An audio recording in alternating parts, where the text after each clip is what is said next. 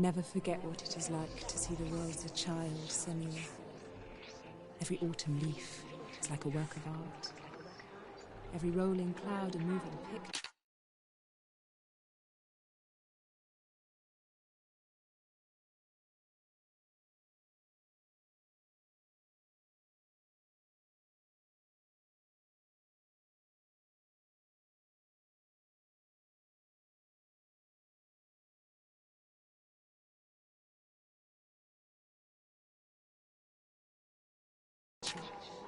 Every day, a new story. We too emerge from this magic, like a wave from the ocean,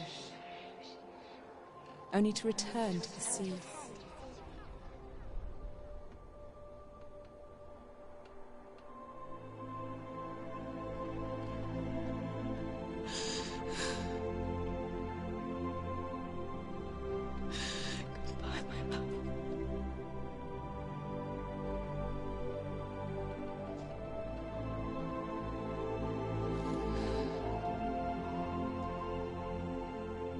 Do not mourn the waves, the leaves and the clouds. Even in darkness, the wonder and the beauty of this world never leaves us. It is always there, waiting to be seen again.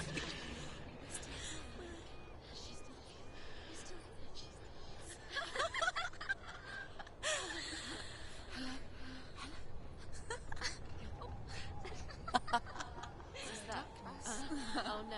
Oh. It's the rocks. The darkness is back. The darkness is back.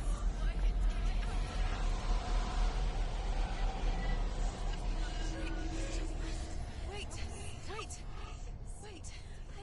What is it? It feels... It's different. It feels... It's okay. Is it okay? This is where my story once began.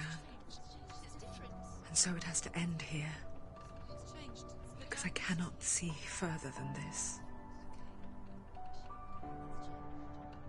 Follow us. We have another story to tell. My friend, go with her. This now will be your story to witness. Goodbye.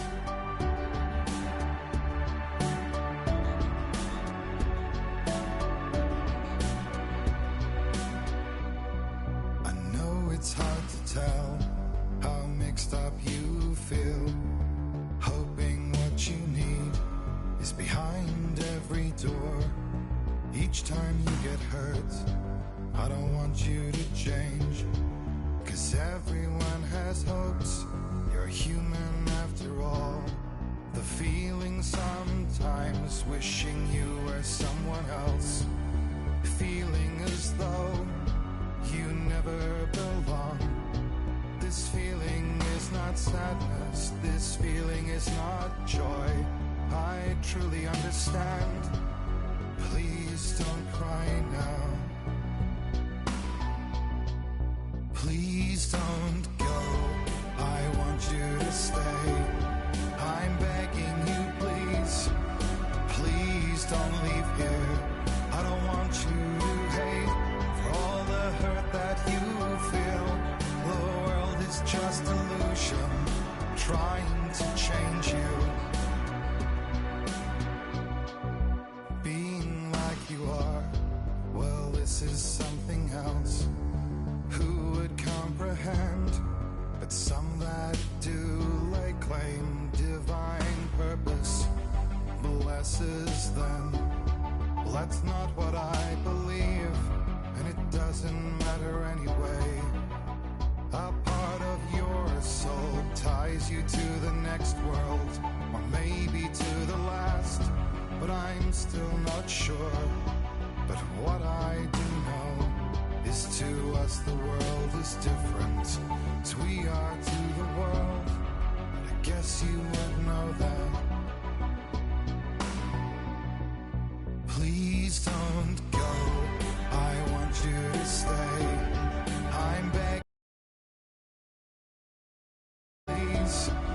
Please don't leave here.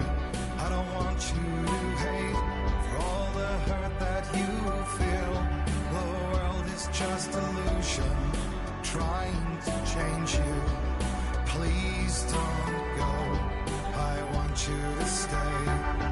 I'm begging you, please, oh please don't leave here. I don't want you to change for all the hurt that you feel. This world is just illusion, always trying to change you.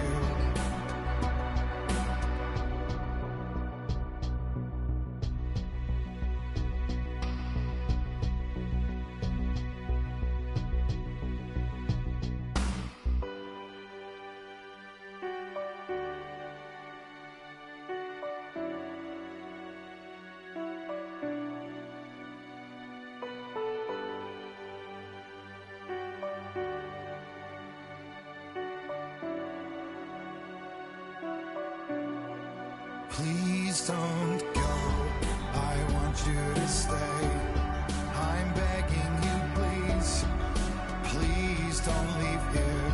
I don't want you to hate for all the hurt that you feel. The world is just illusion, trying to change you. Please don't go, I want you to stay. I'm begging you, please, oh please don't leave here. I don't want you to change for all the hurt that you feel. This world is just illusion, always trying to change you.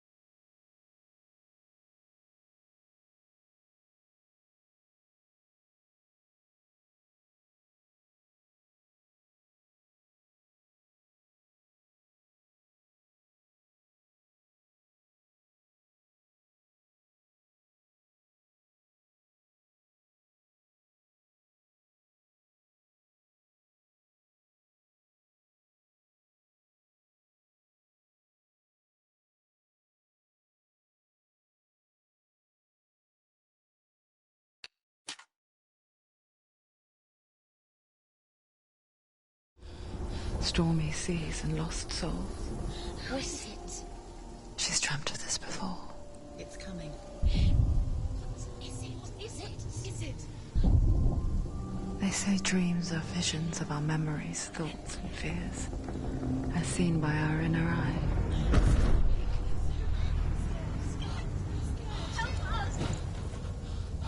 But what if each one of us is always dreaming, even when awake? And we only see what our inner eye creates for us.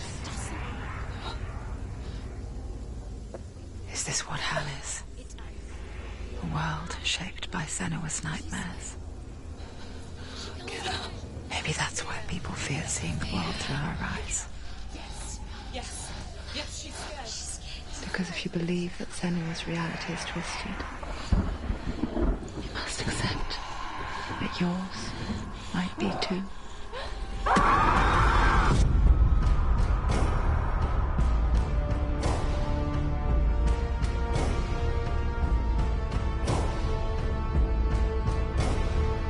Hellblade: Senua's Sacrifice is a video game about Senua, a Celtic warrior on a vision quest into Viking territory. But what sets our hero Senua apart is that she suffers from severe psychotic mental illness. He knows she's getting closer. He can feel her coming closer. She's getting closer. They're watching. The original idea for Hellblade was to create a classic hero's journey, a journey of suffering, but one where the fantasy world is not another planet or alternate universe, but a world that is constructed in Senua's mind. But to do so would mean putting psychotic mental illness at the center of the experience, a subject that is still considered taboo, and a challenge that was both terrifying and exciting in equal measure. In Hellblade, the starting point was a newly discovered Celtic goddess called Senua in Ashwell, Hertfordshire. When first discovered, her name was thought to be Senua, a name which I liked and kept. I wondered if Senua might have been a Celtic warrior like Boudica who stood up to the Romans. While the Romans had conquered all of Europe, there was a group of Celts up in the furthest reaches of the Roman Empire that could not be conquered, the Picts. And so the Romans built a wall, called Hadrian's Wall, that spans across Britain from sea to sea to keep the Pictish barbarians at bay. The Picts were known for their war paint, painted on with woad, and their matted hair clumped with lime. And so Senua would be a barbarian Pict in this image. What's your name? Senua. I haven't seen you before. I don't leave home much. Oh, Zenua's daughter. I have to go. Wait. Orkney is off the coast of Scotland and was inhabited by the Picts, steeped in history and mystery, and so I made Orkney Senua's home and set the stage for a crisis. In the late 8th century, the first Vikings landed on the Orkney Islands. The population of the Picts crashed thereafter, replaced by the Norsemen of the 9th century. Were they wiped out? We don't know for sure, but it would seem likely given the reputation of the Vikings. The Northmen's brutality is legendary. High-ranking leaders and chieftains of the tribes they conquered were often offered as sacrifice to their gods. The most brutal of these sacrifices was known as the Blood Eagle. I imagine Senua as a young female warrior who returns home from exile to find her partner, Dillion, brutally sacrificed to a Norse god by these hellish warriors from a faraway land.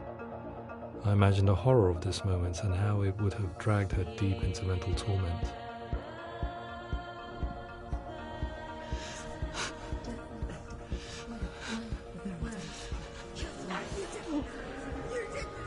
No!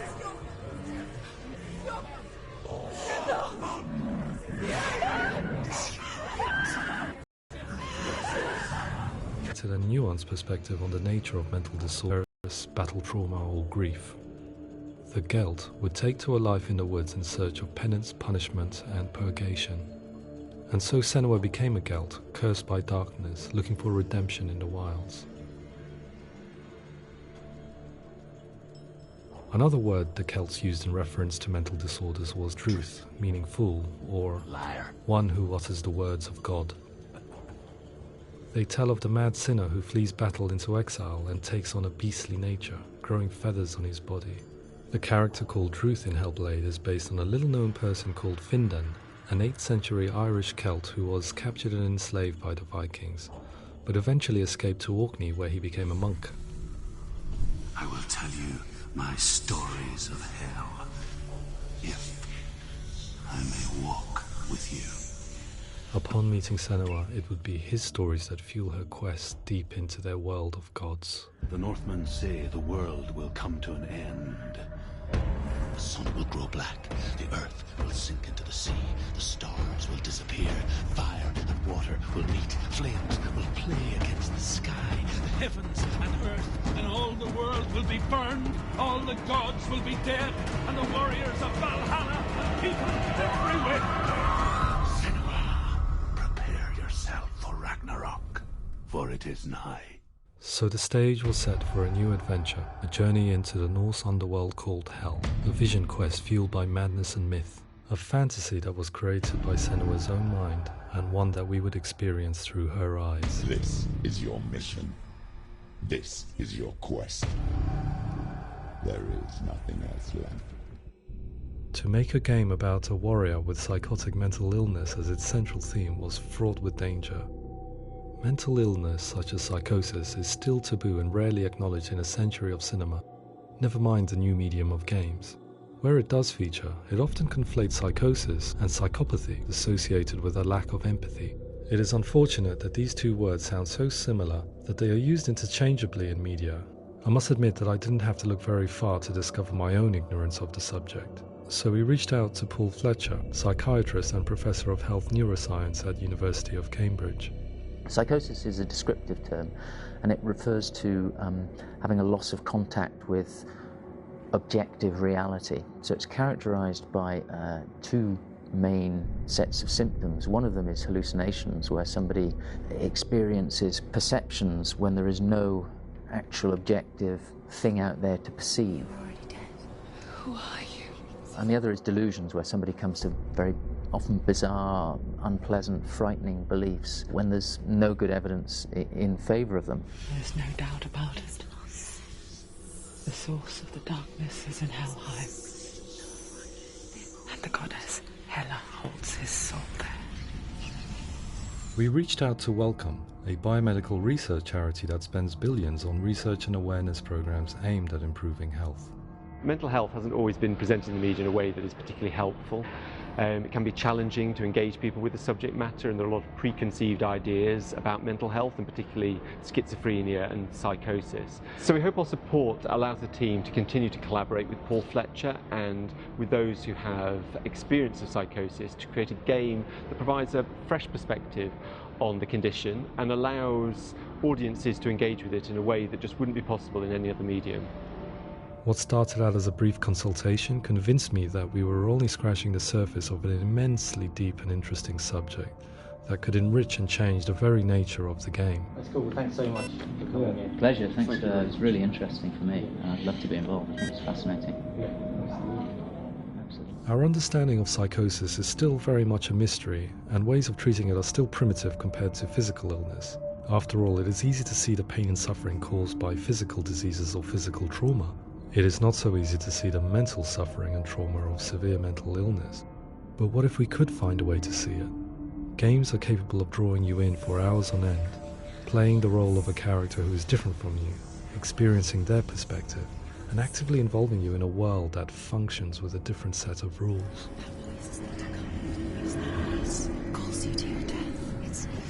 If we were to represent Senua's psychosis, we would have to simulate voice hearing, a common attribute.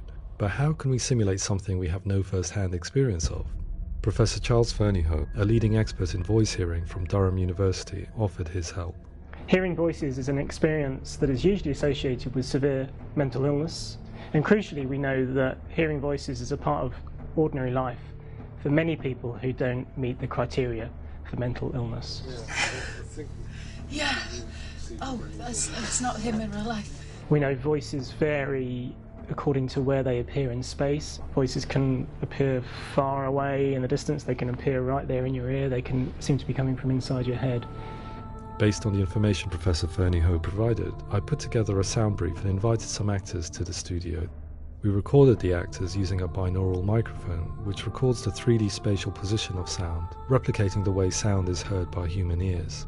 It gives you an incredible sense that the person you are listening to is right there beside you.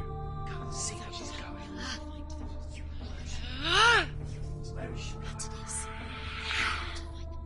Rachel Waddingham from the Voice Collective came to our studio with 2 young voice hearers to speak to our team. We talked at length about their experiences and they listened to our tests, giving us feedback on how we could improve on it. Everyone hates her. She's cursed. It's very hard to represent what this experience is like, partly because it's such a personal, intense, emotional experience. It's testament to how Ninja Theory have been listening to what the researchers are saying, but also, crucially, listening to the experts by experience. What they've come up with is so compelling. It's by far the best representation I've heard of what these experiences are like.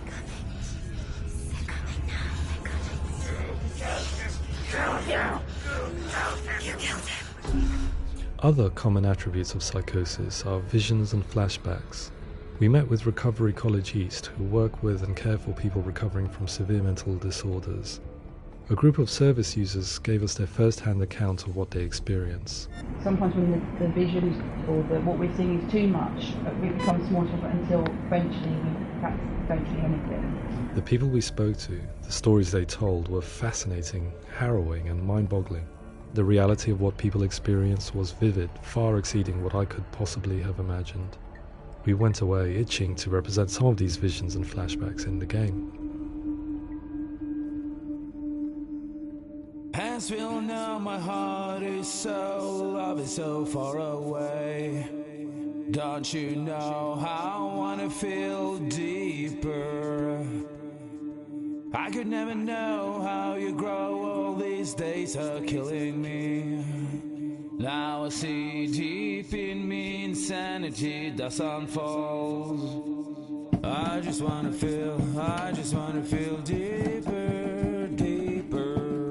I just wanna feel deeper, deeper.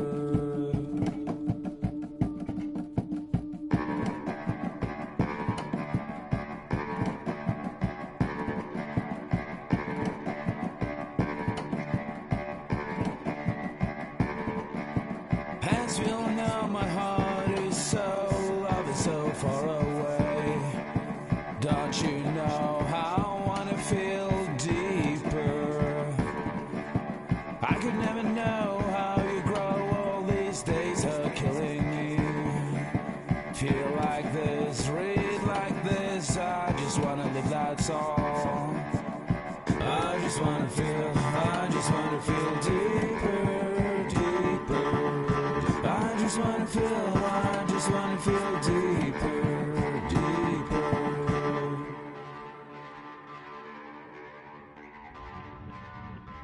To refine our work, we continue to hold meetings with Recovery College East over the course of a year and a half, showing them what we had achieved so far and refining the in-game representations based on their feedback. With their help, flashbacks, visions and changes in perception were woven into the story and gameplay of Senua. The students that are involved in this project are incredibly excited about being involved. They have described the experience as being important because it values their lived experience and shows